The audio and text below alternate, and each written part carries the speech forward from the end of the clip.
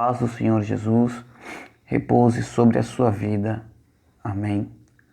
Trago aqui uma palavra do coração de Deus para o teu coração, que se encontra no livro de Marcos, no capítulo 10, e a partir do versículo 46 em diante, aonde Jesus, passando por Jericó, e saindo Jesus de Jericó junto com seus discípulos e junto com uma grande multidão,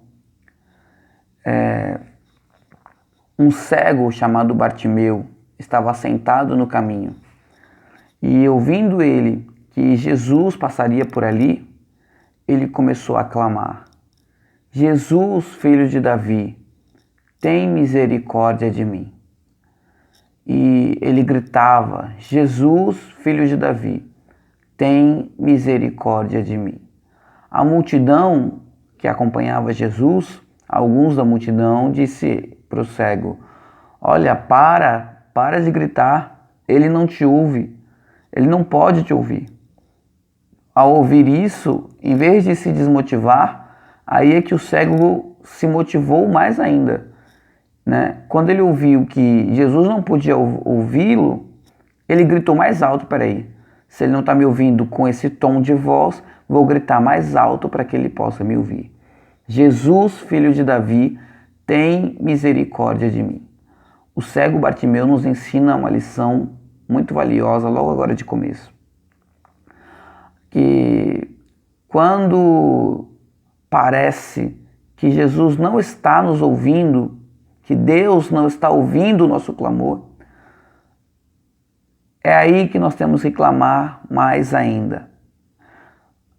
O silêncio de Deus, as circunstâncias ruins, não devem nos desmotivar, mas devem nos motivar mais ainda a clamar.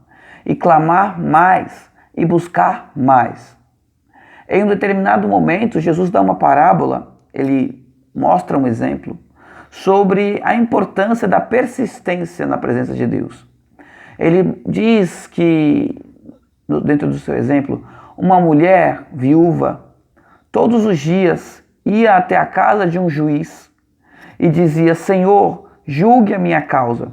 E esse juiz, Jesus chama ele de juiz iníquo, quer dizer, um juiz que pratica o pecado e está envolto no pecado e gosta do pecado. E esse homem, ele não queria julgar a causa dela de jeito nenhum. E Jesus diz que ele não temia nem a Deus e nem aos homens. Era um homem duro e não julgava a causa dela de jeito nenhum. Mas todos os dias estava lá ela no portão dele: Senhor, julgue a minha causa. Senhor, julgue a minha causa. De tanto ela insistir, o juiz iníquo, quer dizer, esse homem ruim, pensou assim: ora, mesmo que eu não tenha medo de Deus, nem tenho medo dos homens, eu vou vou julgar a causa dessa mulher, para que então ela me deixe em paz e vá embora, e não apareça mais aqui. Então julgou a causa dela e ela conseguiu a sua vitória. E Jesus ele vai concluir a parábola dizendo assim: ora, se o juiz iníquo, sendo ele ruim, julgou a causa da mulher, quanto mais o vosso Pai que está no céu não julgará as vossas causas, as causas daqueles que lhe pedirem, daqueles que clamarem. Olha a importância da insistência, Se Jesus está dizendo, se aquele juiz, sendo ruim, por causa da insistência, atendeu, imagina então o Pai, o vosso Pai que está nos céus, que é o amor personificado, que é a própria justiça. Não vai julgar ele a vossa causa se você com fé pedir e clamar. A importância da insistência. Clame, não importa se a circunstância diz para você parar, se parece que Deus não está te ouvindo, clame mais alto, entende? É contra a lógica, na verdade, porque parece que ele está ouvindo. Se ele não está me ouvindo, agora eu vou clamar mais baixo, eu vou parar de clamar. Não, aí é que ele não vai ouvir mesmo. Se ele não está me ouvindo, clamarei mais alto, como clamou Bartimeu. E Jesus passando, ele parou e disse: tragam-me o cego. E aquelas mesmas pessoas que haviam dito para Bartimeu parar de clamar porque Jesus não ouviria, foram as mesmas pessoas que foram lá e disseram: olha, Bartimeu, se alegra porque o mestre te chama, né? Então, da mesma fonte da onde o Bartimeu tinha ouvido uma palavra desanimadora, da mesma fonte ele ouviu a palavra que o animou e que o alegrou, né?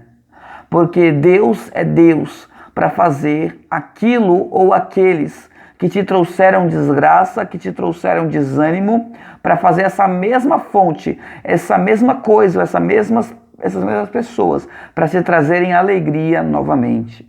Aquela pessoa que tanto te afrontou, Deus ele é poderoso para fazer essa mesma pessoa te abençoar. Aquela circunstância que um dia tanto te assolou, Deus é poderoso para usar essa mesma circunstância para glorificar o nome dele na tua vida, para te exaltar, para te abençoar. Então, eles levantam Bartimeu e levam Bartimeu até Jesus. E agora vem um dos pontos mais fortes dessa palavra. Jesus pergunta: o que queres que eu te faça? Mas se você for ler a passagem, leia depois, quando você puder. Marcos, capítulo 10, versículo 46 em diante. Você vai ver que Bartimeu estava mendigando. Ele estava mendigando. E então, ele talvez tenha ganho algumas moedas antes de Jesus passar, né? Outros dias ele provavelmente ganhou moedas, afinal estava ali, sempre alguém passa, joga uma moeda, né? Dá uma esmola e tal. E Jesus pergunta: o que queres que eu te faça? Bartimeu poderia pensar assim: ele é conhecido como o rei dos judeus, como Jesus era chamado. Ele é filho de carpinteiro, de repente ele tem umas moedas, ele pode pedir para os discípulos usar sua influência para mandar a multidão me dar dinheiro e eu vou sair daqui com muito dinheiro. Não sei exatamente o que Bartimeu fazia com aquele dinheiro, provavelmente comprava comida, bebida, o que quer que seja. Ele podia usar a influência de Jesus: Senhor, usa a tua influência e manda que a multidão, cada um me dê uma porção das moedas que carregam consigo, com do seu dinheiro. Ordene a multidão que me sustentem com pão e vinho todos os dias, né? Só que, embora ele estivesse todos os dias pedindo dinheiro, dinheiro não era a maior necessidade do Bartimeu. A maior necessidade dele era ver. O maior sonho, o objetivo dele, o que ele mais precisava era ver. Então ele não subestimou o poder de Jesus pedindo algo menor do que aquilo que ele mais precisava. E o que ele mais precisava? Novamente, eu repito, ver. Ele falou: Senhor, que eu veja. Não falou: Senhor, me dá dinheiro, me dá prata, me dá roupa, me dá comida. Que eu veja, porque eu não vejo, Senhor, não tenho vista. O que Deus está dizendo agora através de Bartimeu para você é: o que você tem pedido a Deus? E o que você tem pedido a Deus é aquilo que você mais precisa de Deus? Porque tem pessoas que esperam, pedem de Deus um emprego, pedem desesperadamente de Deus uma cura, quando que na verdade o que elas mais precisam é de uma libertação. Porque de que adianta eu ser curado de uma enfermidade na minha carne, estar ferida a minha alma? De que adianta eu ter dinheiro, ter uma mesa farta de comida material, mas estar em pecado ou estar aprisionado por demônios? De nada adianta. Você tem que pedir a Deus aquilo que você mais precisa. De que adianta eu ter vista material, vista humana, se a minha vista espiritual está fechada e eu não consigo ver o agir de Deus na minha vida? Eu não consigo ver o quão maravilhoso, meu Deus. Tem gente que tem tudo, mas vive reclamando de tudo, porque não tem Deus. E quem não tem Deus, na verdade, é pobre, não tem nada. E tem pessoas que não estão fartas de alimento, não estão muito abastecidas financeiramente, são pobres materialmente, mas são ricas para com Deus, porque a sua visão espiritual é aberta e ela consegue reconhecer que Deus está acima de tudo, que vale mais estar na presença de Deus e ter a presença de Deus na sua vida do que qualquer prazer que essa terra possa lhe proporcionar. Peça a Deus, antes de qualquer coisa, aquilo que você mais precisa. E o que você mais precisa? Contato com Ele, intimidade com Ele, visão dos céus. Você precisa aprender a reconhecer Deus na sua vida. Analise a tua vida, veja do que mais você está precisando. Veja se você não é uma pessoa que, embora não tenha tudo nessa terra, Deus ele te agracia e você acaba sendo ingrato ou ingrata. Você, mais do que um emprego, você precisa passar a ser grato a Deus. Então peça aquilo que você mais precisa. As coisas secundárias serão acrescentadas. Jesus falou, buscar primeiro o reino dos céus e as demais coisas serão acrescentadas. Busca a tua maior necessidade para com Deus. As demais coisas serão acrescentadas. As demais coisas você conquista junto a Ele. As demais coisas Ele te dá força para conquistar. Bartimeu falou, Senhor, que eu veja. Ele não podia ver Jesus, mas ele cria no poder de Jesus. Ele, embora cego, via e enxergava muito mais que muita gente ali naquela multidão, porque ele enxergava que Jesus não era mais um homem com lábia, não era um homem comum, um mero filho de carpinteiro. Ele enxergava Jesus como a cura, o seu milagre, como a cura para a sua enfermidade, como a restauração das suas vistas, como a sua única possibilidade de enxergar. Ele queria ver Jesus, ele queria ver a luz do dia. Entende? Peça a Deus aquilo que você mais precisa. Não peça emprego se o que você precisa é de uma libertação de um vício. Não peça fartura de alimento se o que você precisa de Jesus é conhecer Jesus. Se você ainda não conhece, o que você mais precisa, e eu não erro em dizer que o que você mais precisa é conhecer Jesus. Mais do que ouro, do que prata, do que fartura, do que emprego, do que cura na carne, é conhecer Jesus. De que adianta ter tudo e não ter paz no coração? A paz que Jesus dá é o que mais precisamos. Antes de tudo, buscar aquilo que vem dele, buscar ver Jesus. Ao ser curado, Bartimeu viu Jesus e então o seguiu pelo caminho. Ele não meramente foi curado e foi embora. Ao ver Jesus, ele enxergou o autor da sua cura, o seu abençoador, o seu mestre, e o seguiu pelo caminho. Precisamos buscar ver Jesus. Não talvez face a face como eu te vejo, como você me vê nesse vídeo, mas ver com os olhos da fé.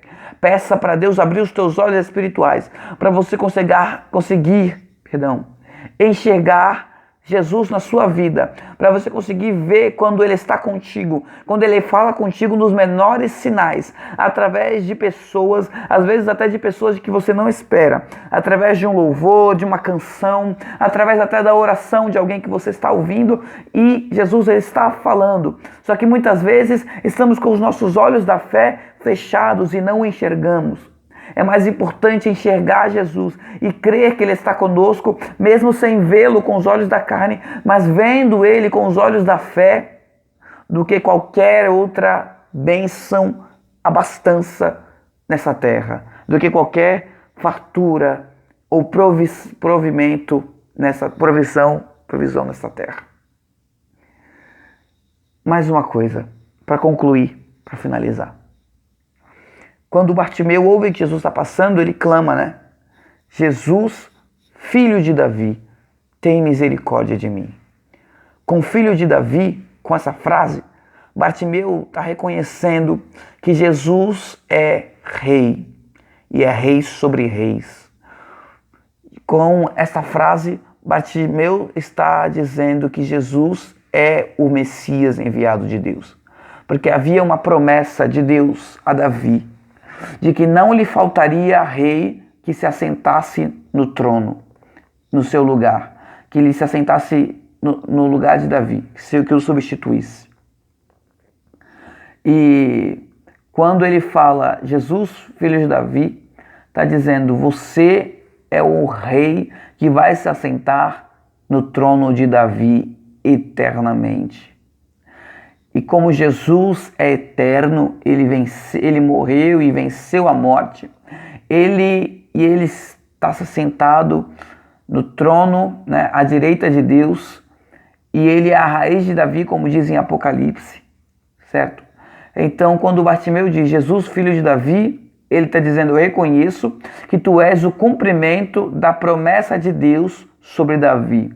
Eu reconheço que tu és o Messias, como a Bíblia vai dizer também em Isaías. Isaías vai profetizar que o Messias, ele viria da raiz de Jessé. Quem é Jessé? Pai de Davi. Ou seja, que o Messias seria descendente de Jessé, descendente de Davi. Bartimeu está reconhecendo, tu és o Messias. Quando ele diz Jesus, filho de Davi, está dizendo Jesus, o Messias, enviado por Deus, profetizado por Isaías, que se assentaria no trono de Davi. Por que eu estou dizendo isso? Que Bartimeu, ele não só clamou por misericórdia, mas também ele reconheceu que Jesus é o Senhor.